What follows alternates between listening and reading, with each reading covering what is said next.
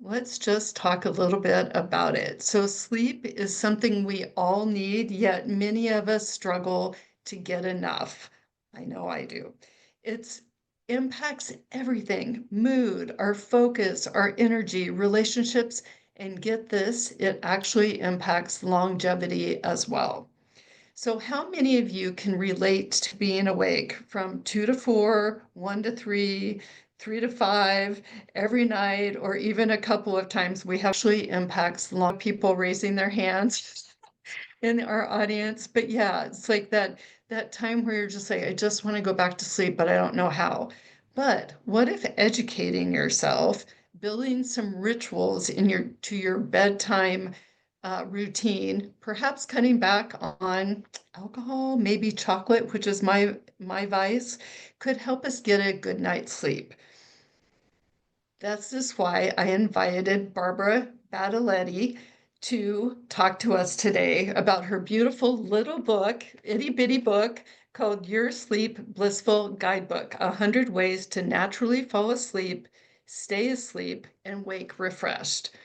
Barbara is a #1 bestselling author, TEDx and international speaker, life coach, and global retreat facilitator. Her background is rooted in positive psychology, neuroscience, somatic therapies, and wholeness wellness practices. She is also the founder of Be Well Retreats and Sleep Blissful. Welcome, Barbara. Thank you, Joni. This is great. We all have to So great sleep. to have you today. Yes, we all have to sleep, and it can be so elusive at times. And so I want to start by talking about your book. It came out a couple of years ago. You launched it on Amazon. It became a #1 bestseller.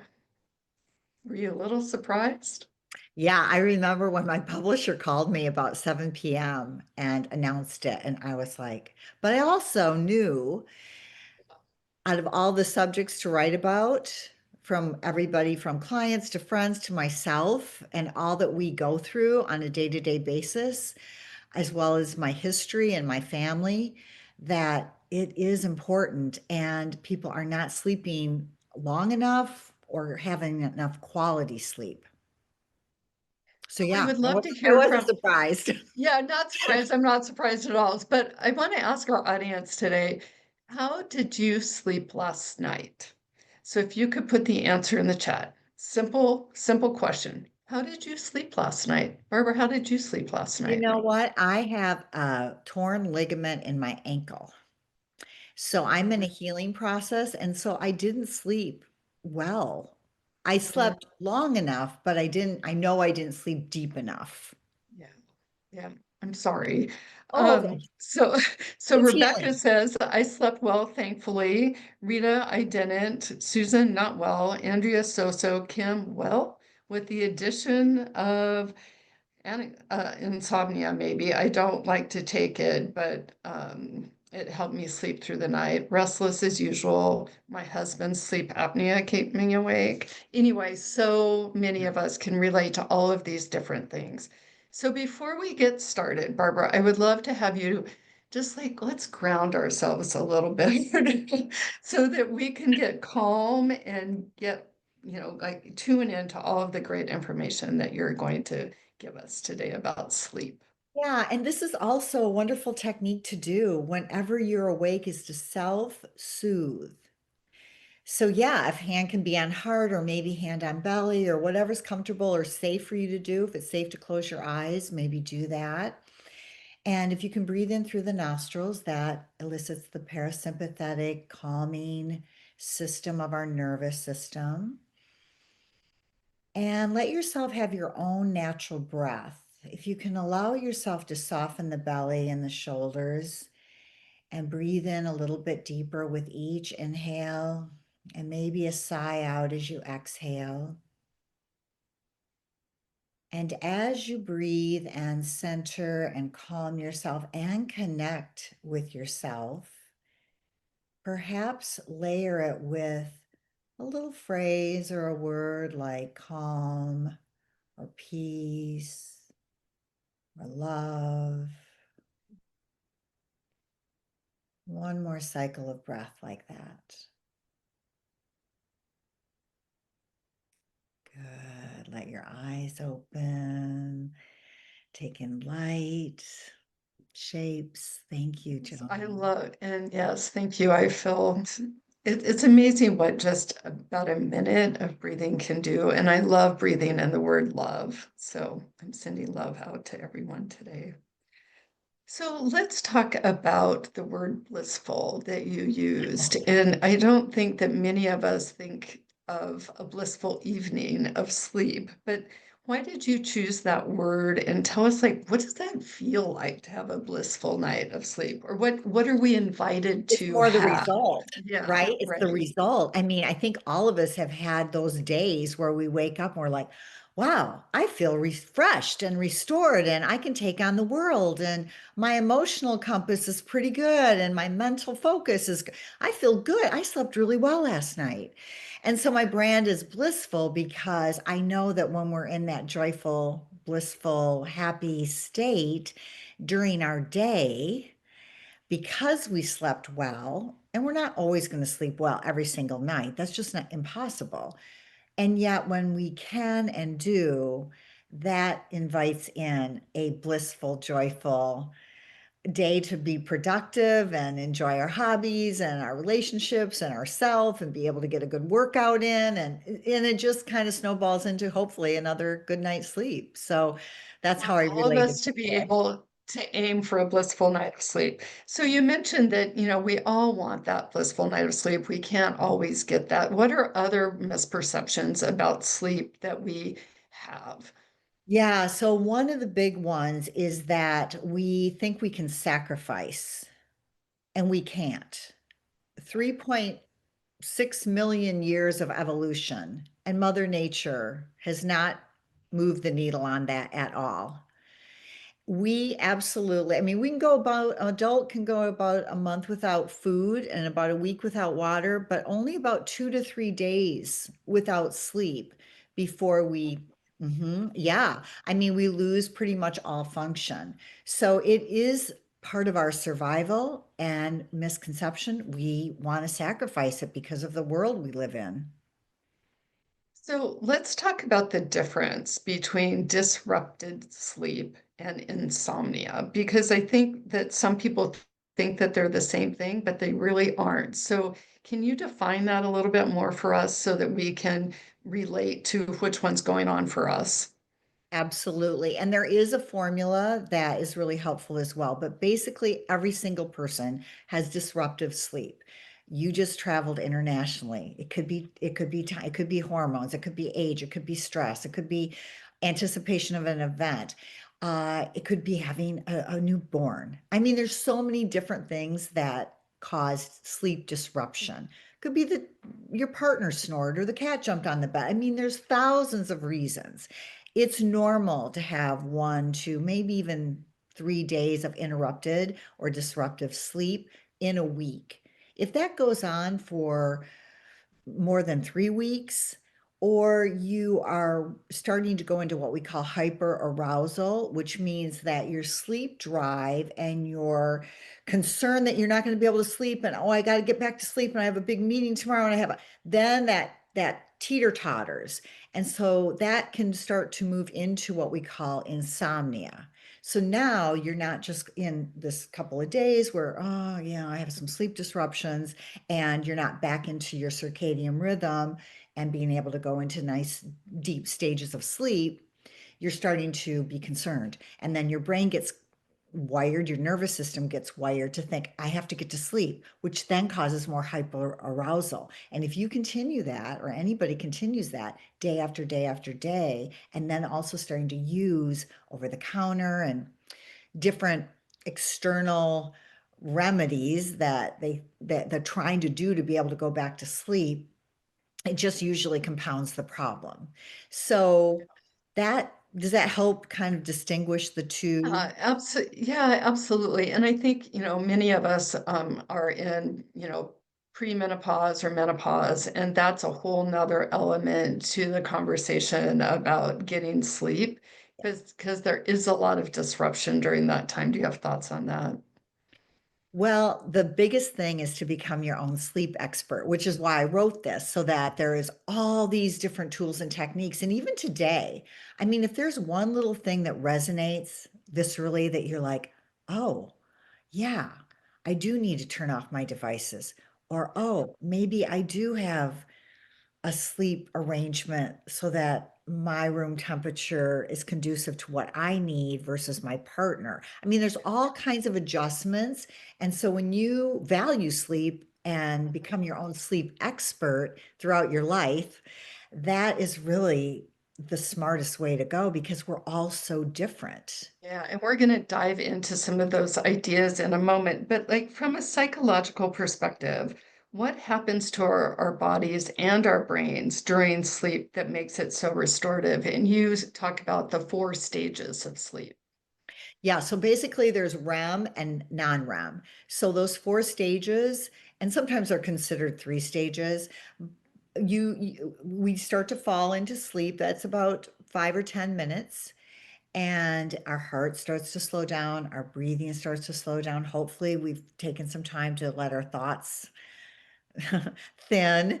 And then we move into more of stage two, stage three, and four. When you start to move into stage three and four, that's when you start to go into immune function and tissue repair and some of those physiological benefits. Then the body goes into REM, which is rapid eye movement, and pretty much you feel paralyzed. Your whole body is like shut down. But REM, or that fifth stage, or what we considered REM or non-REM, that is so important for hormone growth hormone, and uh, kind of your own therapist, because that's when we have those vivid dreams and we're able to work out some of our emotional stress. So REM sleep is really important. We'll talk about alcohol and caffeine, how that interrupts it Yeah. as well. But those are the stages. And what's interesting is it takes about 90 to 110 minutes. So we're going to cycle through those. They're going to vary in our brain pattern and our also physiology. We're going to cycle through those about 4 or 5 times throughout the night. That's where we get that equation of 7 to 8 hours, right? So our stages of sleep, stage one and two are a little bit lighter, and three and four a little bit deeper, and REM, those change throughout the night as well. And we go into lighter sleep in that 3, 4, 5 o'clock in the morning. But we're also, if we can sleep deeply, we're also moving into REM sleep. So it's a very complex system designed as a gift for all of these functions to take care of themselves so that we can have a better life. So you've worked in the wellness space for decades, and I'm wondering, how does sleep fit into the bigger picture of health and being able to sleep better at night? So let's talk about that, and then we're going to talk about some tips. Yeah. Well, one of the reasons I wrote the book is because my grandfather and my mother both worked third shift.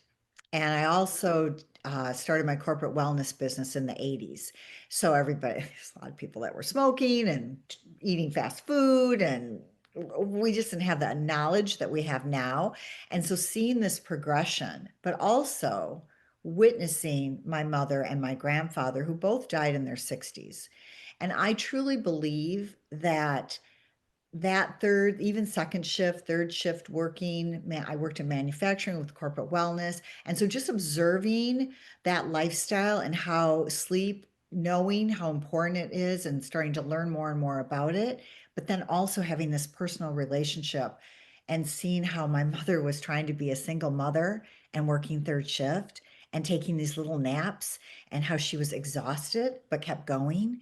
And so for me, it was a personal, and then having her pass away so quickly, so early, uh, it just really hit home for me. And then again, my corporate wellness business as well. So I know firsthand the effects of poor sleep and that inconsistent ability to have a consistent quality sleep.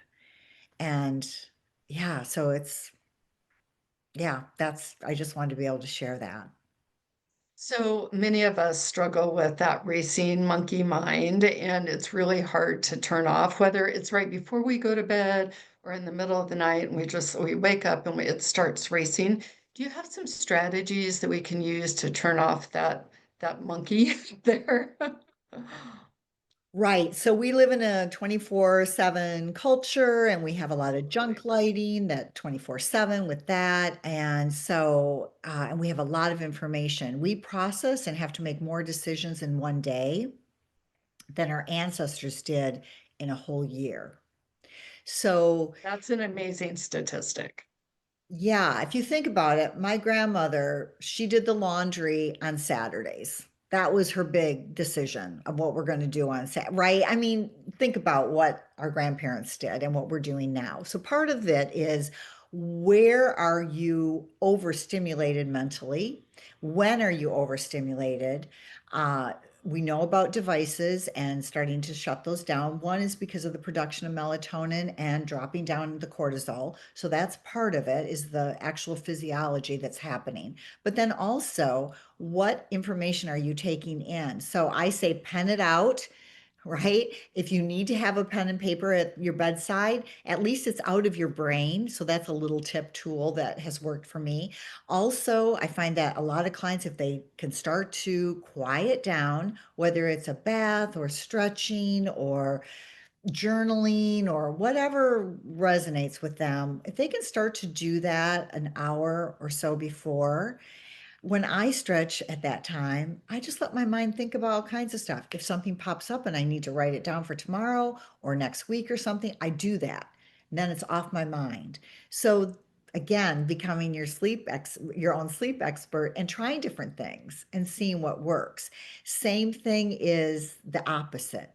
So when I have too much on my mind, my job for myself is to value my sleep and soothe myself and say, okay, I know you've got to think about that right now. And is there anything you need to know? Okay, now we're going to go back to sleep. Because That's so good. right. So part of it Yeah, is like the child in us that we have to kind of calm down. And then there's the practical part of us that's the adult that's like, okay, yep, I'm going to start to shut things down at 9:30. I'm going to turn the light, right? So it's being responsible as well. absolutely. So how do we start setting the stage for a good night's sleep? So you talk about turning off technology in advance. I mean, how many of us have our phones right there and we're just like, rolling through them, or you have a TV in your bedroom. I mean, there's so many inputs. So how do you set this stage? And I also, along the same lines, is how do we set up our bedroom to be more environmentally friendly for a good night's sleep? Yeah, so let's start with the bedroom because that's your sanctuary. We So, don't think of it as our sanctuary oh, necessarily, such a but it, sanctuary. Yeah. And a lot of people had to move their offices in their bedrooms a few years ago. So get the office and the clutter and anything that is distracting, because even though you may not think it matters, your subconscious, when you're sleeping, is still picking up on that. We can even talk about energy and all of that, but make your bedroom everything from touch, what you're wearing, your sheets, your pillow, all of that, your lighting, bring it down. Really, basically, bring all your lighting down, even if you still have to use your phone or your computer or whatever. But again, it's part of that discipline because you value sleep and you know it's important. And it may be like working a muscle where you have to kind of blend it in and oh, you're trip back into your old ways again. You're building a new habit of like, okay, all the lights are starting to code. Turn off that TV. That's that stimulation. And believe, a lot of it is going in through that retina and into the subconscious. So truly, if there's a TV or anything like that or a computer in your bedroom, if you can't remove it, then at least put a scarf over it or something. I do that in the hotel right. rooms when I go. I like cover it up with a Yeah. scarf and I like, so make your room, same thing with noise, sound, I mean, any kind of sound that may people have sound machines. We have alarms now that can just be lit and not alarming you. So there's all those different little things. People infuse lavender. So there's all kinds of things. You had somebody on that wrote the book on herbalism, and she had a Mhm. lot of great ideas too of Yeah. different herbs that you can have or smell. So make your bedroom or set the stage in your home to have a sleep environment, because sleep hygiene is something you can do something about.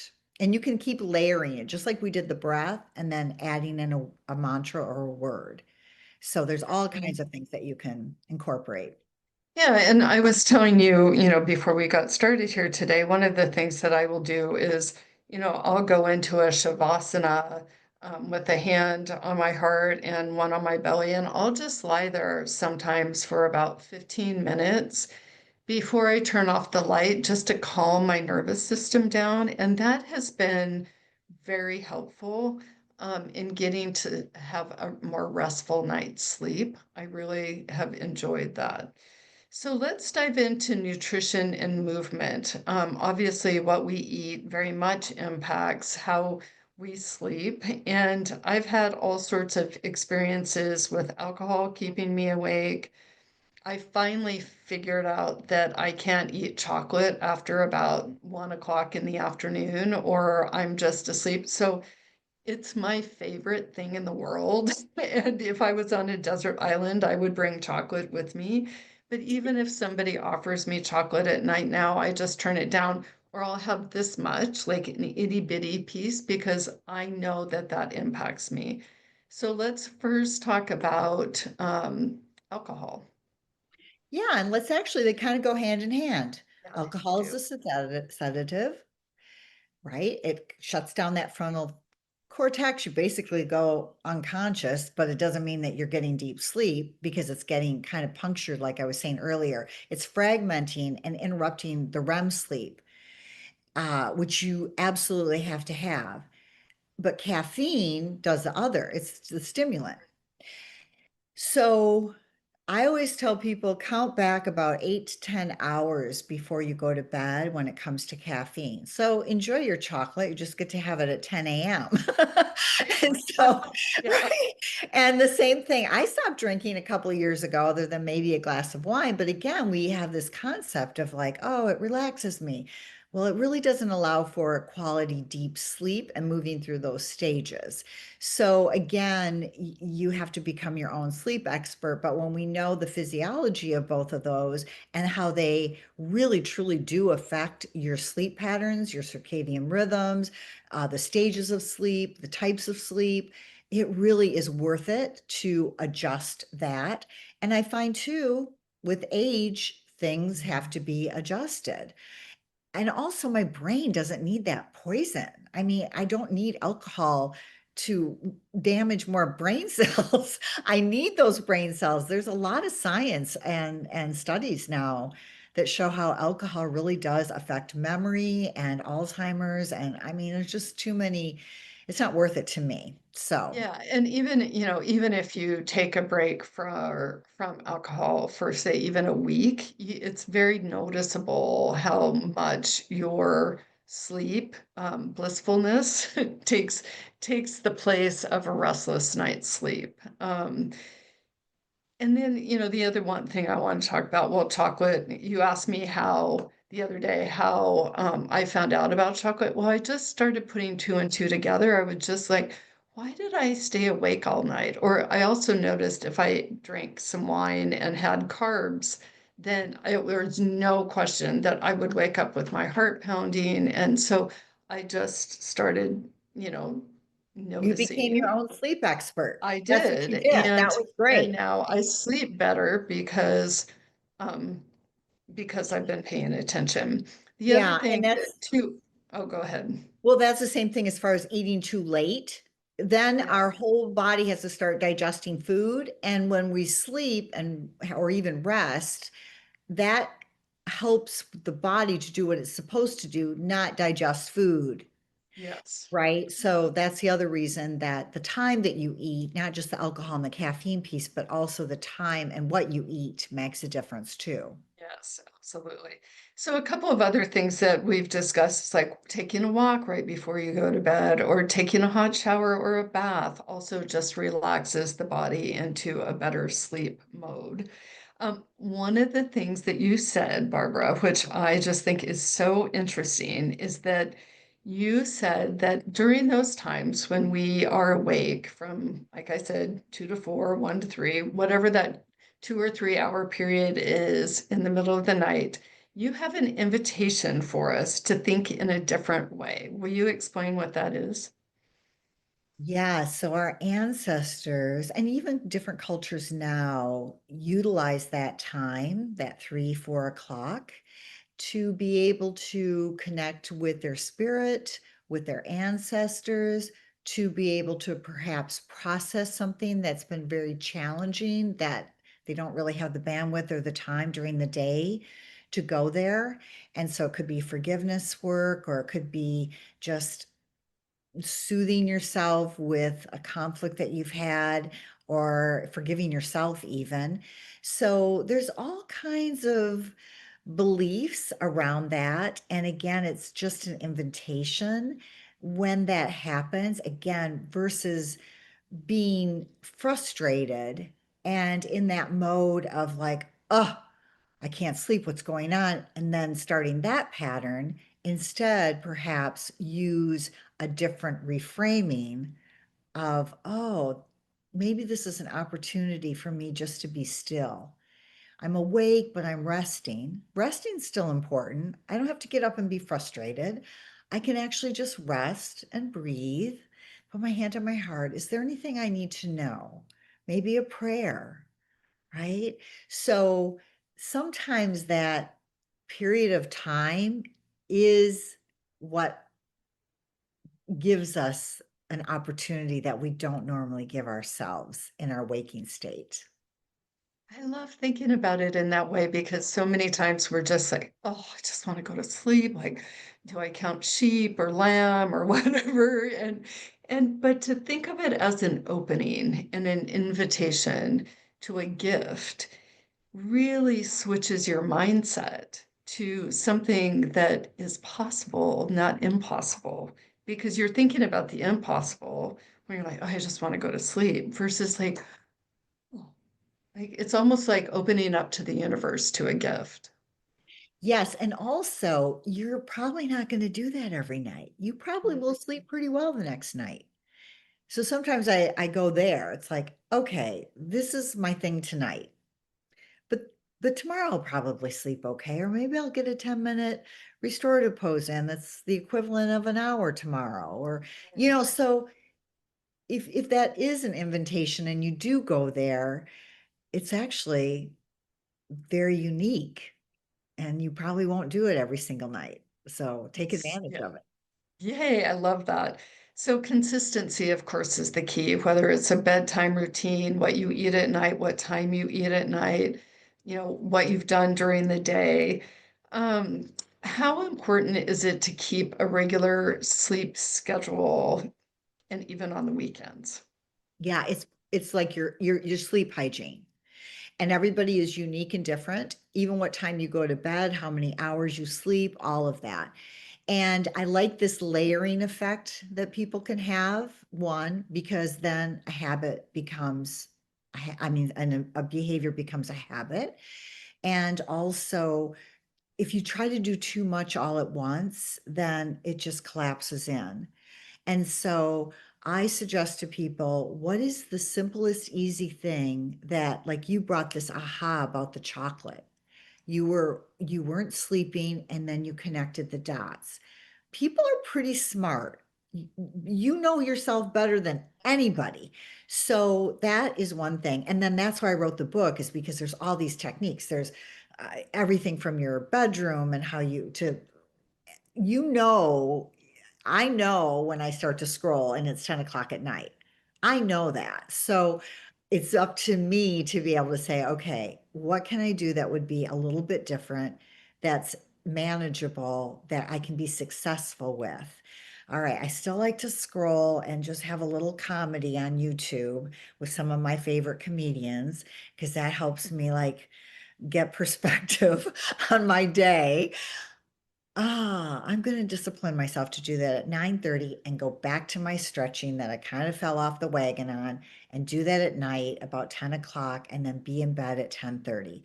I owe it to myself to do that. I can't do it every night because of certain situations, but that's an example of the conversation that we have with ourselves that nobody else can really have with us. And then there's all kinds of information out there that might just be like, oh, yeah, I didn't think about not drinking.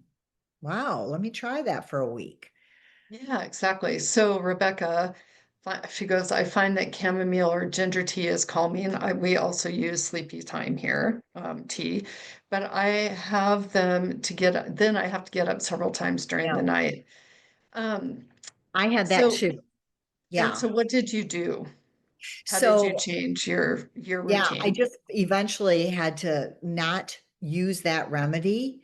And the other thing is what we know is that uh like Bach flower remedies, when I say white chestnut and the properties of white chestnut is relaxation, especially if I can't fall asleep, right? Some nights I'm up there and it's like, really? It's midnight and I'm still not falling asleep. And I'll say white chestnut with my breathing pattern. And then I'll envision white. So maybe somebody can use chamomile, and maybe have it a That's little great. bit earlier because you Interesting. definitely want to empty your bladder. Definitely. And you really need to hydrate first thing in the morning, keep going. You have Don't your cut it coffee in the off at a morning, certain time. right? And Yeah, then really empty that bladder. I really find that that makes a huge difference. And tea is one of those things that just, I goes wake through you. up. Yeah. It goes through you. So Deb has a question about sleep apnea. Can it be treated without a CPAP? I am not qualified to answer that because again, everybody is so unique and different, and there's so many variables that contribute to that. And what I know though is that there are so many ways that we have been removed from our natural design. And we are designed to sleep. Our sleep is not broken. It's our lifestyle, it's our environment, it's our stress level. It could be a trauma that we've had. It might be something physiologically. I worked with one client, and she ended up having nasal surgery because she wasn't breathing. So, nostril breathing is parasympathetic, it calms the nervous system. Well, if you're not breathing through your nostrils, so that was a medical situation, but that completely changed her sleep pattern and her wake cycles. So, it's hard to say because everybody's different, but I do really know and believe for myself that I want to explore everything I possibly can, including any trauma that I need to heal. And then that also helps to have a healthier lifestyle. That's really an important point. Thank you so much for that. And Deb, I see Andrea has some very interesting information here too. Marina just wanted to add that boring books does miracles. One of the things to fall asleep. The other thing that, when I've woken up in the middle of the night, I do sometimes turn on my phone, but I read an inspirational quote from like a Louise Hay or Gabby Bernstein about the universe. And that always, like, if I repeat that over and over again, I find that I fall asleep. But it's like more from like that, what your invitation was about, maybe there's a gift from the universe. I have found that that's been a beautiful way to fall back to sleep. And it Um, also complements what you were saying about monkey mind, right? yes, Because now absolutely. It you've turns it moved off. your brain over into this repetitive words or phrase, and that helps your brain also. So that's a really good technique. Yes.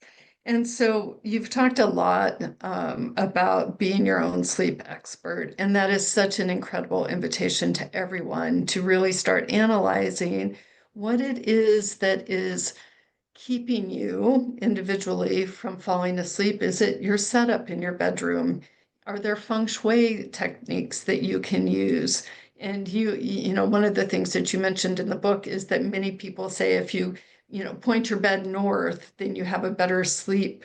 Well, I can't because of the way my bedroom is set up, but I'm starting to think, thank you, Barbara, about ways to make my bedroom more beautiful and more inviting. And so, what can you do to become your own sleep expert? Is it not having chocolate at night? I mean, all of these things. What other questions should we be asking? I just want to repeat this because I think this is such an important point.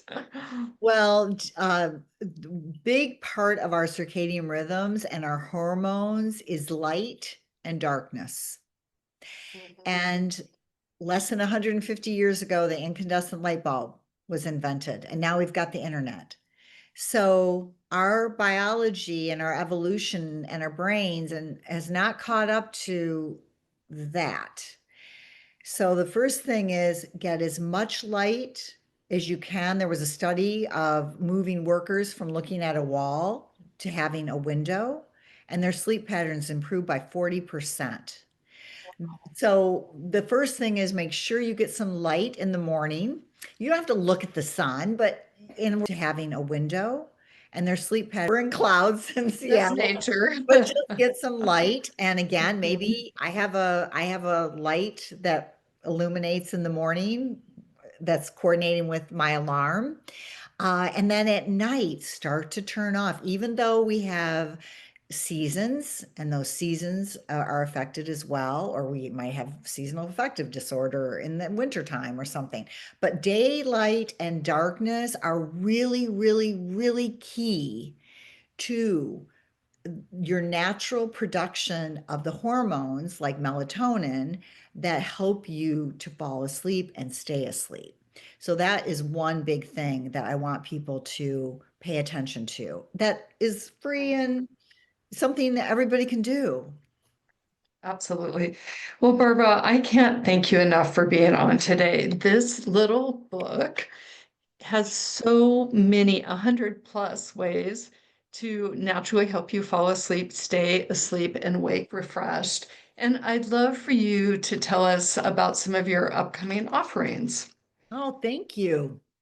Well, of course, I coach individuals and I do a lot of speaking, both virtually and in person, and workshops and things like that.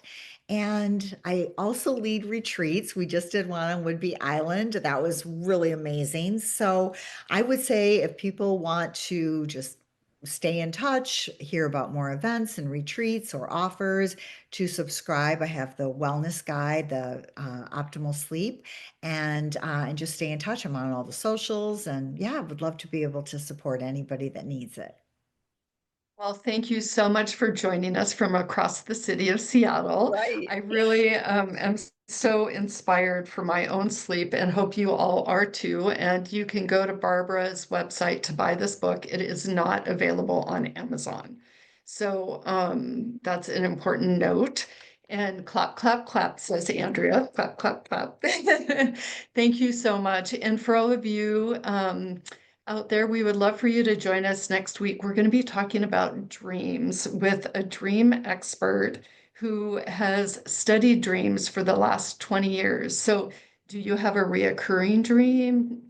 My reoccurring dream is falling off the side of a cliff. So it's no question that I am terrified of heights, even though I hike, all the time. I'm terrified of heights. And, a friend of mine is a CSI detective, and her reoccurring dream is very interesting and kind of relates to what she's doing now. But do you have a dream that you have a question about? So if you sign up, we will be sending out an email early next week that you can ask questions. I'll ask your questions to our dream expert. So I really hope that you will join us. I'll And for be the there. Okay, I know. I'm Yeah, so I mean, sleep and excited. dreams goes And together. Elizabeth is just lovely, and she studied with this dream expert for so many years. And so, anyway, I think I not think it will be an incredible conversation. Also, for those of you who are in Seattle, I hope you'll join us for our soiree, our summer soiree next week. Don a cute little outfit and come to the rooftop down in Pioneer Square with us. Barbara's going to be there. I'll be there. Ruth is going to be there, and a bunch of our team. team. We'd love to see you. It's a really fun, no agenda event. And there's more information on our website at revel11.com. Thank you, everyone. Have a great Wednesday and the rest of the week, wherever you are in the world. Have a great day, everyone. Thank you, Thank Barbara. you. Good night. Sleep well. Yes. Oh, sleep well.